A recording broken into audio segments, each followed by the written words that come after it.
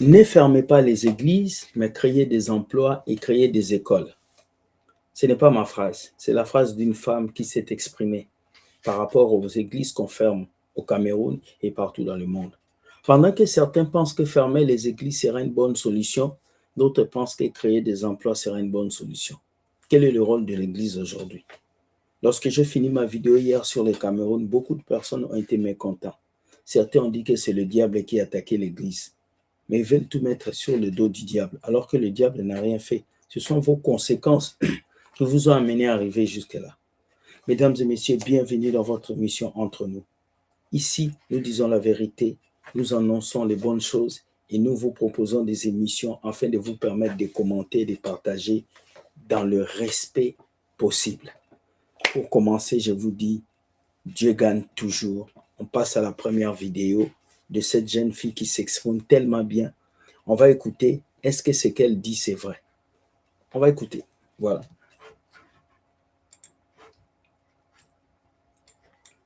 Ne fermez pas les églises de réveil. Je répète, ne fermez pas les églises de réveil.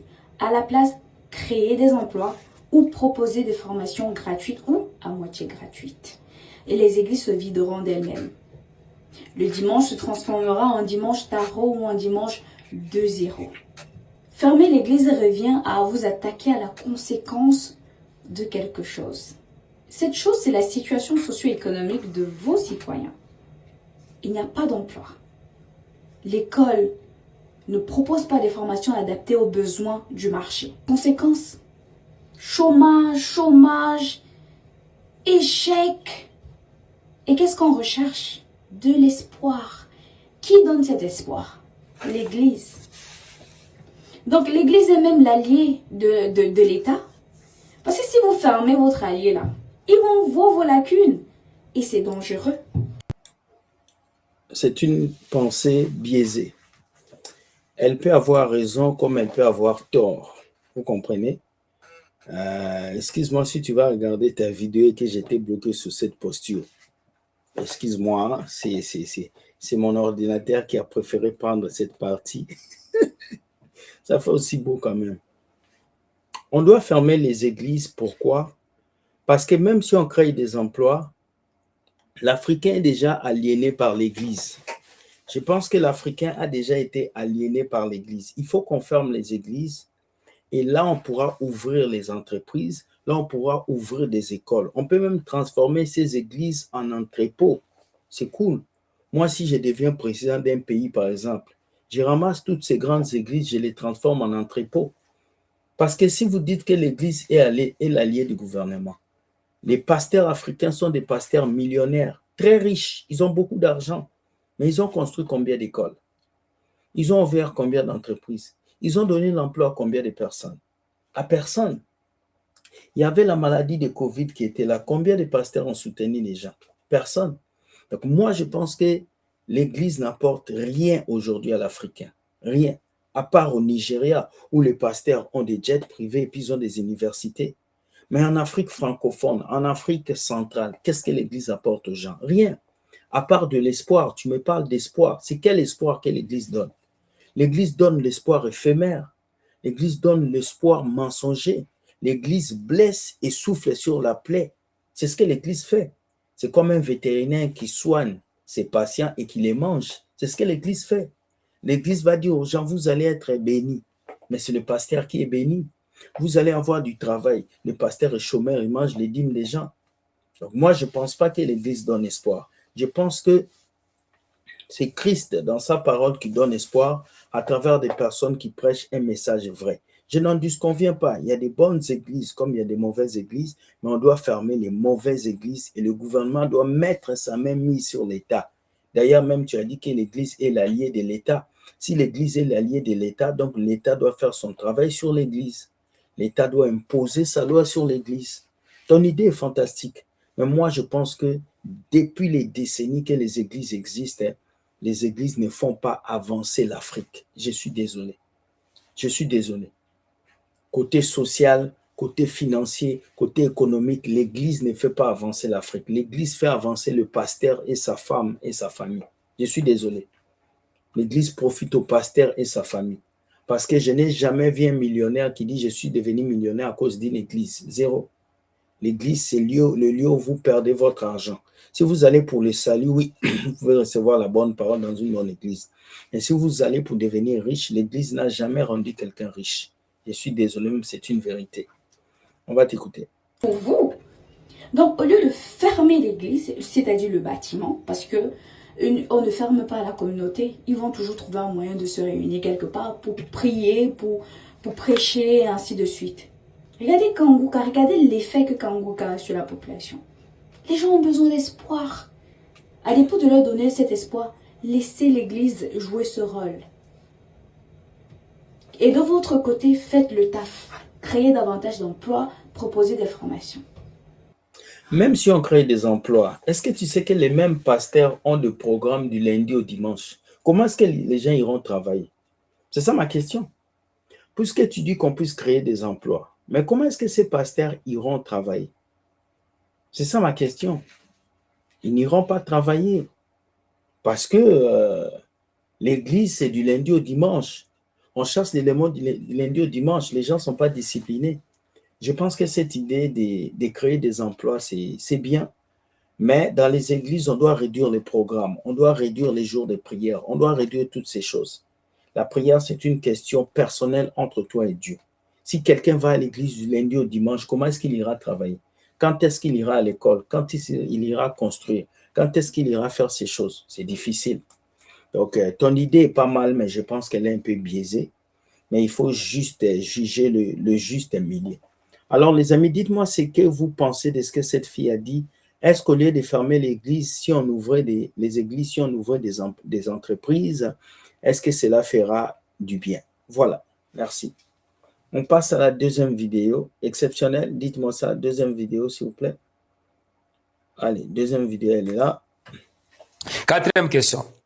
Est-ce qu'il y a des décomptes finaux pour quelqu'un qui sert l'église, quelqu'un qui est toujours là, président de la jeunesse? Moi, je prends seulement le président de la jeunesse. Toi, tu es seulement là.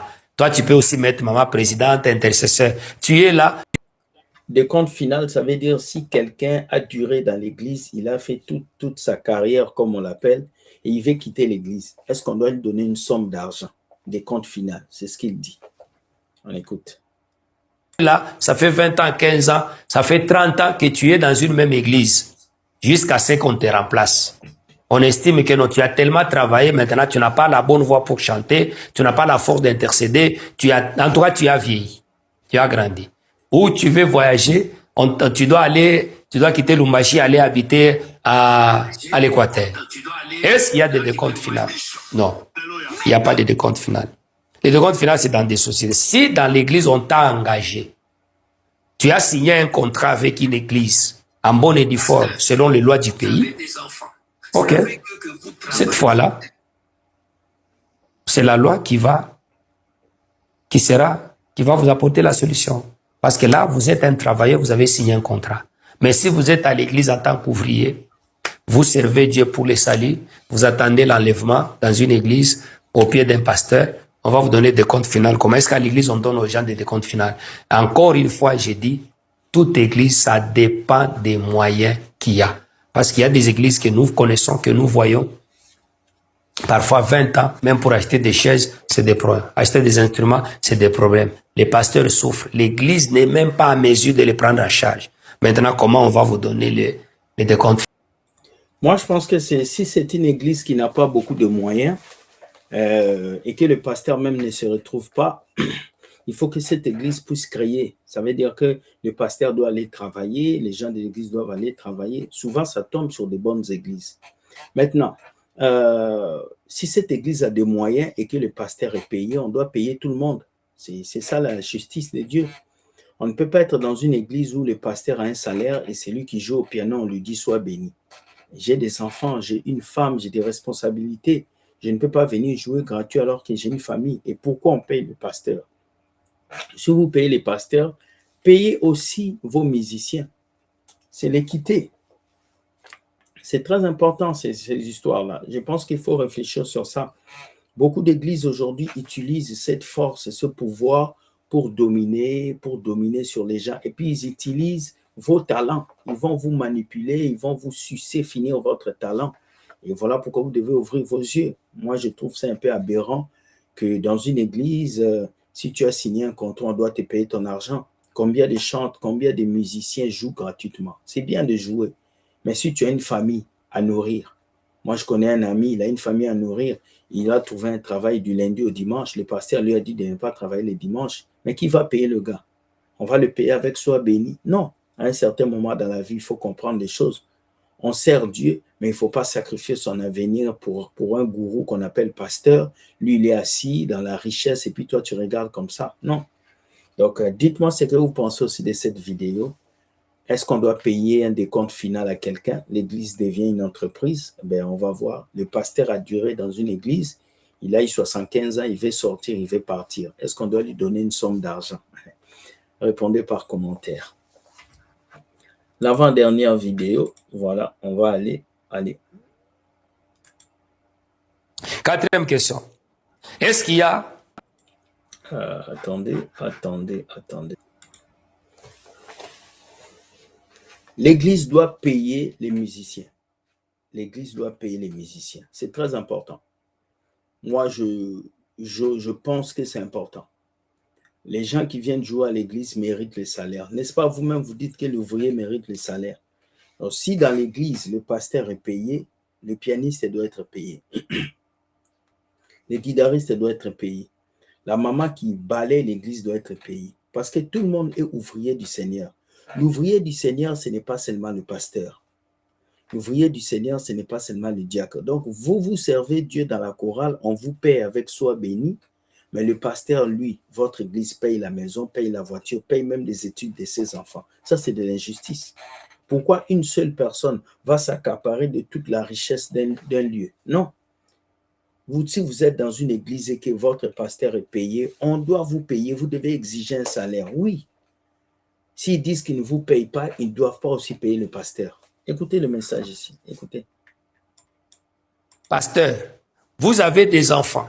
C'est avec eux que vous travaillez fortement. Ils sont là, des musiciens. Et votre église est réputée une église spirituelle où il y a une qualité de chant. Et vous avez des musiciens qui travaillent, qui sont tout le temps là. S'il y a les moyens, il faut leur donner. Parce que si vous ne leur donnez rien, comme ce sont des hommes. Ce sont des peintres. Ce sont des peintres. Ils ont des jeunes dans leurs églises qui jouent au piano, qui jouent à la batterie. Ils disent à ces jeunes, sois bénis. Mais quand l'offrande rentre et quand l'argent rentre, le pasteur bouffe. Moi, je me rappelle, j'étais dans une église. On était dans la chorale. On a tellement bien chanté le jour-là que je me rappelle, il y a des gens qui ont donné des offrandes. On a eu au moins 1500 $. Vous savez quoi? Le pasteur a dit au chef de la chorale, amène l'argent là ici. Vous ne pouvez pas manger ça. Ça ne fait pas partie du sacerdoce. Je vous dis, je vais vous donner la autre chose. Et vous savez que le pasteur nous a donné des Bibles comme cadeau. Il a pris nos 1500 $, il nous a donné des Bibles. Le jour-là, j'étais tellement fâché. Et je me rappelle, 2 semaines après, la chorale s'est vidée. Beaucoup de gens quittaient la chorale à cause de cet acte-là. Donc, c'est très important de comprendre que les chantres, les musiciens, ceux qui travaillent à l'église méritent le même salaire que le pasteur. Je suis désolé, mais c'est une vérité. Pasteur, tu as l'argent, tu voyages. Quand est-ce que tu vas amener le pianiste à Paris? Quand est-ce que tu vas amener ce jeune garçon qui essuie le banc là, à Paris? C'est seulement toi qui voyages, tu vas à Paris, tu vas en Italie et tu es fidèle. Pourquoi tu ne les amènes pas à Dubaï? Les pasteurs sont méchants. Méchants, vous êtes là à surveiller les chaises de l'église comme les Congolais surveillent le fleuve. Vous surveillez les chaises de l'église, lui il voyage partout, on l'invite dans le monde. Et vous, qui va vous faire voyager? Ce sont des humains, que vous le vouliez ou non, ils vont murmurer. Pourquoi? Puisqu'ils voient comment un seul musicien qui vient, je ne sais pas, de Kamina, de Kinshasa ou de l'Europe, vous sortez 1000 $ pour un chant de 20 minutes avant la prédication, 1000 $. En dehors de 1000 $, vous avez payé l'hôtel. Mais les gens là qui font votre culte tous les dimanches et tout le temps, ils sont là. Vous leur donnez rien. Si réellement il y a l'argent, non, il faut arranger ça. Parce que ça va créer des murmures, ça va créer des stress, ça va déstabiliser les gens. Bon. Et puis, vous allez vous lever comme c'est le cas. Vous allez dire aux gens, oh non, vous voyez, quand vous venez à l'église, ne visez pas l'argent, visez les spirituels. Oui, c'est bien, mais si on supprimait les dîmes et les offrandes, combien de pasteurs vont rester dans les... Ah, si on supprimait les dîmes et les offrandes, combien de pasteurs vont rester dans les églises? C'est votre ami qui a dit ça, il est pasteur. Un pasteur qui exige au pasteur de payer les musiciens. Combien de musiciens viennent dans vos églises? Ils ont des problèmes de loyer. Personne ne paye leur loyer. Moi, ça me fait mal. Je connaissais une sœur, je ne veux pas dire son nom parce qu'elle est très connue. Elle chante. C'était en 2020. Elle m'appelle. Elle me dit, frère, j'ai besoin de 30 $. 30 $, c'est quoi? 30 $, c'est quoi? J'ai besoin de 30 $ pour payer quelque chose pour mon enfant. J'étais choqué. J'ai dit, mais toi, tu pries dans telle église, non? Mais là-bas, le pasteur là est riche. Il vient avec une Porsche. Tu ne lui as pas demandé. Il dit, le pasteur a dit de prier. Écoutez la réponse. J'ai donné à la sœur 50 $. Je lui ai dit, quitte cette église. Ce n'est pas une bonne église. Et beaucoup de pasteurs, je ne dis pas que tous les pasteurs le font. Ils sont avares. Ils sont égoïstes. Et même, ils bouffent tout l'argent et les fidèles souffrent. Et ils roulent de belles voitures et les fidèles souffrent. Un ami qui m'avait dit son pasteur avait acheté une Lamborghini, alors que lui n'a même pas de Toyota. Hein? C'est triste. Donc, il faut que vous puissiez comprendre ça. Si vous voulez que les musiciens soient dans vos églises, payez-les. Ce sont des humains. Vous ne pouvez pas seulement vous mériter de l'argent et les autres, ils n'ont pas de paye. Ce n'est pas une bonne chose. Donc, voilà la troisième vidéo. Que pensez-vous de ça? Est-ce que les musiciens méritent aussi le salaire? Parce qu'on dit non, tout ouvrier mérite le salaire. Est-ce que les musiciens sont des ouvriers à l'église? Est-ce que les pianistes sont des ouvriers? Oui ou non? Répondez-moi et que pensez-vous de ça? Voilà, nous sommes déjà à la fin de notre émission. Je sais qu'hier, on a fait près de 40 minutes. Aujourd'hui, c'est 20 minutes parce que j'estime que les sujets sont courts et ça vous permet de réfléchir. Et surtout, je vais lire vos commentaires. C'est ça qui me fait plaisir. Même si vous m'insultez, ce n'est pas grave. L'essentiel est que je puisse vous lire et savoir que vous êtes en bonne santé. Donc, commentez et nous allons répondre. N'oubliez pas, le 22 août, nous avons notre conférence à Paris. La conférence Zoé Impact 2026 à la salle Loin des Vents au 19 rue des Sols. Au 19 rue des Sols, 93 800 Épinay-sur-Seine. C'est à une banlieue de Paris, c'est à côté de Paris, c'est à 20 minutes de Paris. Venez, nous allons célébrer, nous allons passer du temps. Il y aura des questions-réponses, il y aura des moments de détente, il y aura des moments de témoignages. Venez, on sera là pour partager l'expérience en Christ. Vous ne venez pas voir une star, vous venez discuter en ce qui concerne l'histoire de notre Père, Dieu Tout-Puissant. Voilà, je vous aime beaucoup. Passez une très bonne journée et je vous dis, Dieu gagne toujours. Écoute, like et partage afin de permettre aux gens autour de toi de comprendre tout ce qui se passe dans le milieu ecclésiastique. Merci beaucoup. Je salue les vrais pasteurs et je refuse de saluer les faux pasteurs parce que c'est des menteurs. Je déclare la paix et la joie de Dieu dans nos vies. Bonne journée, soyez bénis et ciao.